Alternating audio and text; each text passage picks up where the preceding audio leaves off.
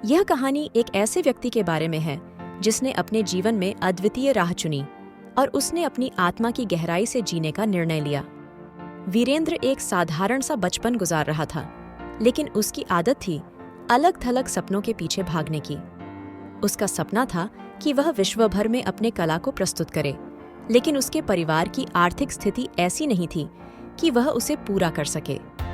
वीरेंद्र को यह बात समझ में आई कि उसके सपनों को पूरा करने के लिए उसे कुछ अलग करना होगा। उसने अपने छोटे से गांव से दूर एक शहर जाने का निर्णय किया।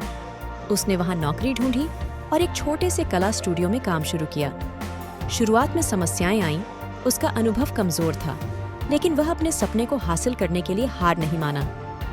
उसने मेहनत की, सीखा, गिरा, उठा और फिर से खड़ा हुआ।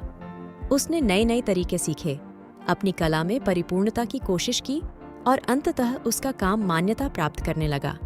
उसकी मेहनत और लगन ने उसे एक स्थान तक पहुंचा दिया जहां उसकी कला को उच्च स्तर पर माना जाने लगा। उसने अपने जीवन में सब कुछ खोया, लेकिन उसने कभी हार नहीं मानी। वीरेंद्र ने अपनी कला में अपनी पहचान बनाई, लेकिन उसकी सफलता का सबसे बड़ा रहस्य था उसकी दृढ़ संकल्पना और अथक मेहनत। उसने अपने करियर की हर कठिनाई को फेस करते हुए अपनी आवाज को बुलंद किया और हाँ, उसने कभी हार नहीं मानी। उसकी कहानी ने लोगों में एक नई उम्मीद की किरण जगाई।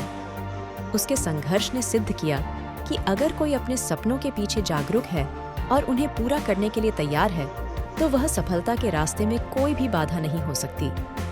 वीरेंद्र की कहानी हमें यह सिखाती है कि सपने हमेशा ही बड़े और असंभव नहीं होते। उन्हें पूरा करने के लिए वहाँ मेहनत और संकल्प की आवश्यकता होती है।